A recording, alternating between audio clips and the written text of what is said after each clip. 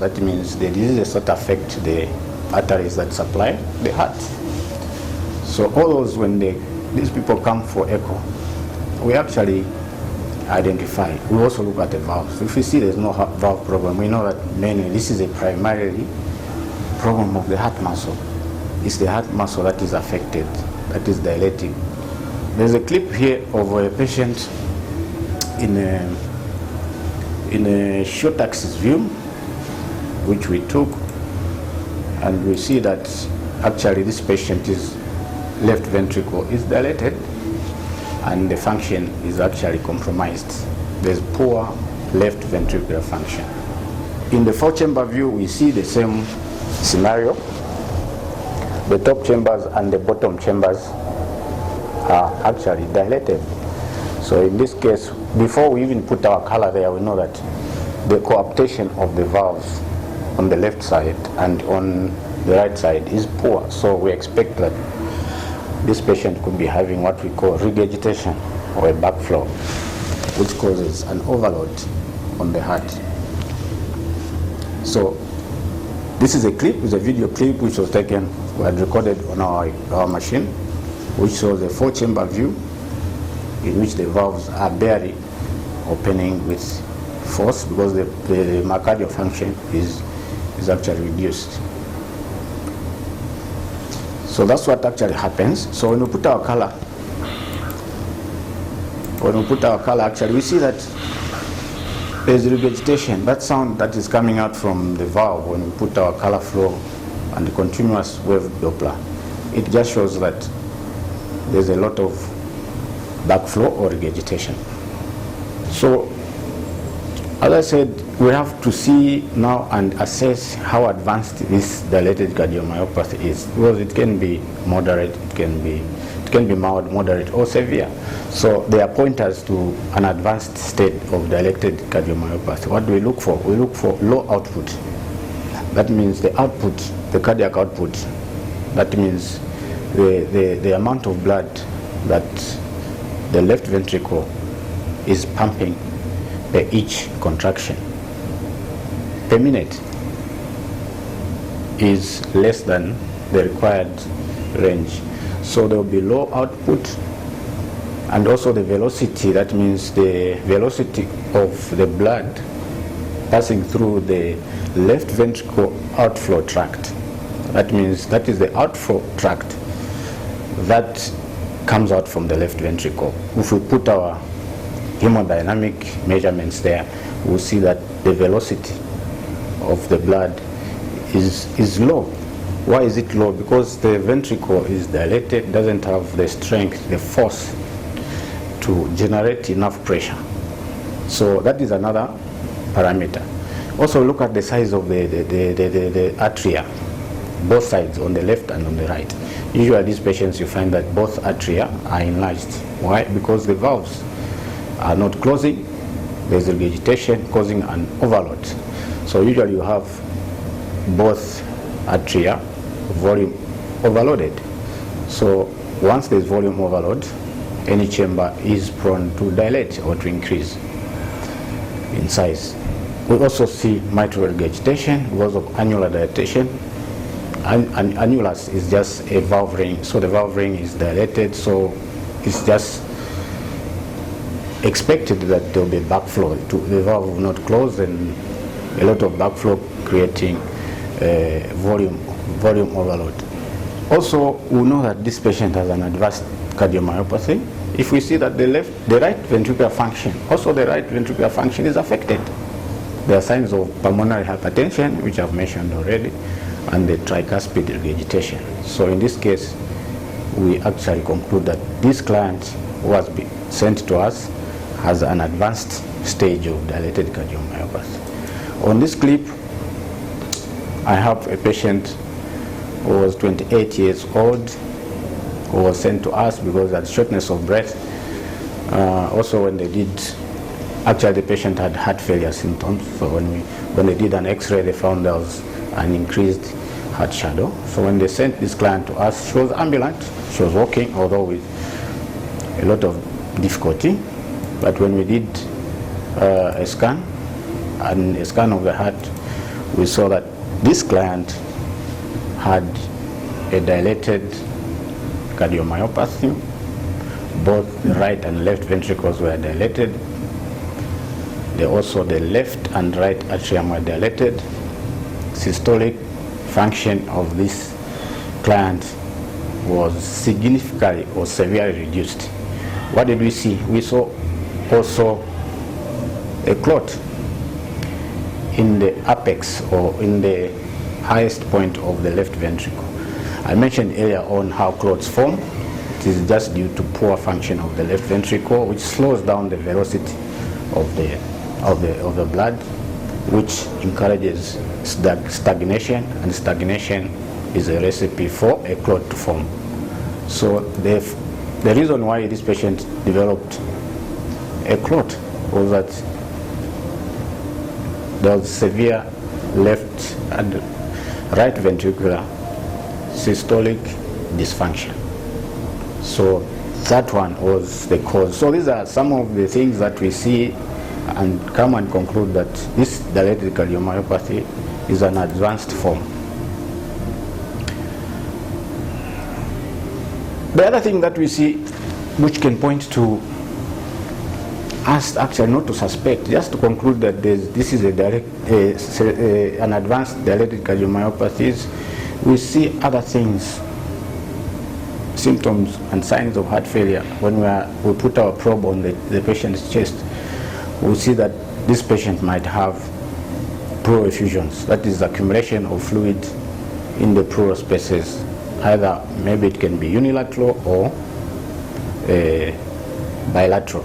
That means the pleural space is the space that surrounds the lungs, both on the right and the left, and usually there's just a small amount of fluid, just enough for lubrication. But under pathological condition in which there's severe heart failure, we find fluid filling in the pleural spaces. And what happens to the lungs, depending on the amount, the lung will collapse because it will not be able to expand each time a client takes a deep breath, because there's resistance, there's water, so it will not like expand. So those are some of the things that we see, and we actually come out and conclude that this case of dilated cardiomyopathy is actually advanced. Now, what are the markers of poor prognosis? Prognosis is simply the outcome. What is likely to happen in this client? So, the markers that we look for, whether the outcome will be good or to be bad, we look at a client who has got very severe left ventricular dysfunction. We also look at the left ventricle is large, is actually blown up and can barely contract. We also look at the elevated filling pressures on the right side of the heart, which actually point us to pulmonary hypertension. We also look at reduced right ventricular function. There's mitral regurgitation. We also identify severe pulmonary hypertension, and the ones that I've mentioned last, pleural effusions. So we know that the prognosis in this case of a client is not good. Now, just quickly to mention, apart from dilated cardiomyopathy, there are other actually forms that can cause dilated cardiomyopathy. There's what we call Takotsubo. Doesn't happen mostly here, maybe in Europe. This is a stress-induced cardiomyopathy. Maybe after someone has seen a very terrifying incident or hazardous disappointment, and usually mostly found in young girls between 15 and 25 years. And the good part with this Takotsubo cardiomyopathy, it is reversible. So that's the good part of it. The other one I mentioned as well, I mentioned about peripartum, dilatation of the heart and poor function that happens surrounding the pregnancy and delivery period. There's also tachycardia cardiomyopathy, whereby the heart has got sustained heart rates of maybe more than 200, 300 beats per minute. So what happens? It causes myocardial fatigue. the myocardial, the heart muscle gets tired. So what happens? It blows up. It gets flabby, then the heart enlarges. The other one is arrhythmia mediated. That means uncoordinated rate or rhythm of the heart over a certain period. It can cause dilated cardiomyopathy. Then in this area of HIV infection, it has been proved that most in developing countries where the HIV prevalence is high, is most likely the prevalence of HIV-mediated cardiomyopathy will be high. And most countries usually are those that have high levels of HIV and AIDS.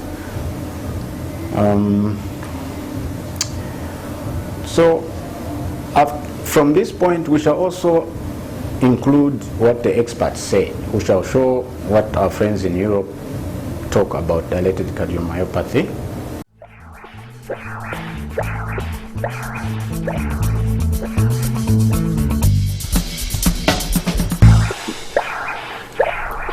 I just want you to take a look at this 4-chamber view. You will easily recognize that the patient has reduced left ventricular function and dilated cardiomyopathy. But there's much more information in this 4-chamber view. You can get clues as to what its symptoms are, what its prognosis is, possibly also what the cause of dilated cardiomyopathy is, and we can even find a clue to how to treat the patient. Echocardiography is probably the primary imaging tool to assess patients with dilated cardiomyopathy. With help of echo, we can not only establish the diagnosis, we can also assess the prognosis, the hemodynamic sequels, and very often we can even find out what the cause of dilatation and of reduced left ventricular function is. The concept of dilated cardiomyopathy has changed over the centuries. While in the 1850s we believed that viral myocarditis is the primary cause of the disease, we now know that many other factors also play a role, ranging from genetic influences, autoimmune disease, infection, toxins, and many other. But let's first take a look at how we actually define dilated cardiomyopathy. It is defined as a primary myocardial disease which shows systolic dysfunction and where the key finding is a dilatation of the left ventricle. In contrast to, for example, coronary artery disease, where the problem is a coronary one which causes infarcts and thereby dilatation of the left ventricle, dilated cardiomyopathy is a primary myocardial disease. There are actually many different causes for dilated cardiomyopathy. In this review of 1,200 patients, you can see that it is often difficult to find the etiology in many patients. In 50% of patients, the etiology was termed idiopathic. Probably this is due to the fact that you have to perform biopsy and extensive workup, which includes immune histochemistry and microbiology, to really find the reason. We now know that very often the disease is caused by myocarditis, either by the virus itself or as a consequence of autoimmune response to myocarditis. Genetic disease seems to play a role, but there's also other causes such as infiltrative heart disease, peripartal cardiomyopathy, hypertension, infections with HIV, or connective tissue diseases which can cause dilated cardiomyopathy. In addition, we also know that toxins themselves, such as drugs or chemotherapies, can cause a reduction in left ventricular function and result in dilated cardiomyopathy. So to really classify a dilated cardiomyopathy as being idiopathic, no other definite cause should be present. We talked about the problem that you need biopsy and extensive workup in many patients already. In addition, you should have a normal coronary angiogram, as you can see here on the right, which does not have a stenosis of more than 50%. But you have to be aware of the fact that patients could also have a spasm or a thrombus, and that was the cause for an infarct. So therefore, even a normal coronary angiogram in reality does not necessarily exclude an ischemic cause for dilated cardiomyopathy. Heart failure, which is a consequence of dilated cardiomyopathy, is a very severe medical state. Here are just some facts and figures. Over 10,000 deaths in the US alone, 46,000 hospitalizations, and it affects both the young and the old. the diagnosis is usually made between 20 and 60 years of age. The consequence of dilated cardiomyopathy is left heart failure, which could cause pulmonary hypertension and eventually right heart failure. This right heart failure could be caused by disease affection of the right ventricle or via pulmonary hypertension, which could also cause dilatation and a problem of the right heart. There are a number of associated problems which range from dysynchrony to atrial fibrillation, mitral regurgitation, and tricuspid regurgitation, and even thromboembolism. Keep all this in mind when you investigate the patient. In conclusion, I would say transthoracic echo or echocardiography, it remains the gold standard in the diagnosis and follow-up of cases with dilated cardiomyopathy to see whether the prognosis is good or is going bad. The good thing is with an echo, it is always available, non-invasive. There is no invasive procedure when you are doing an echo. You are simply imaging from the top of the skin. It is also portable. There are smaller versions of laptop size which can be carried to the bedside, and relatively cost effective. That is just one part or one disease that actually robs the left ventricle of its function. But we shall also go to another type of cardiomyopathy in the next series, which will be hypertrophic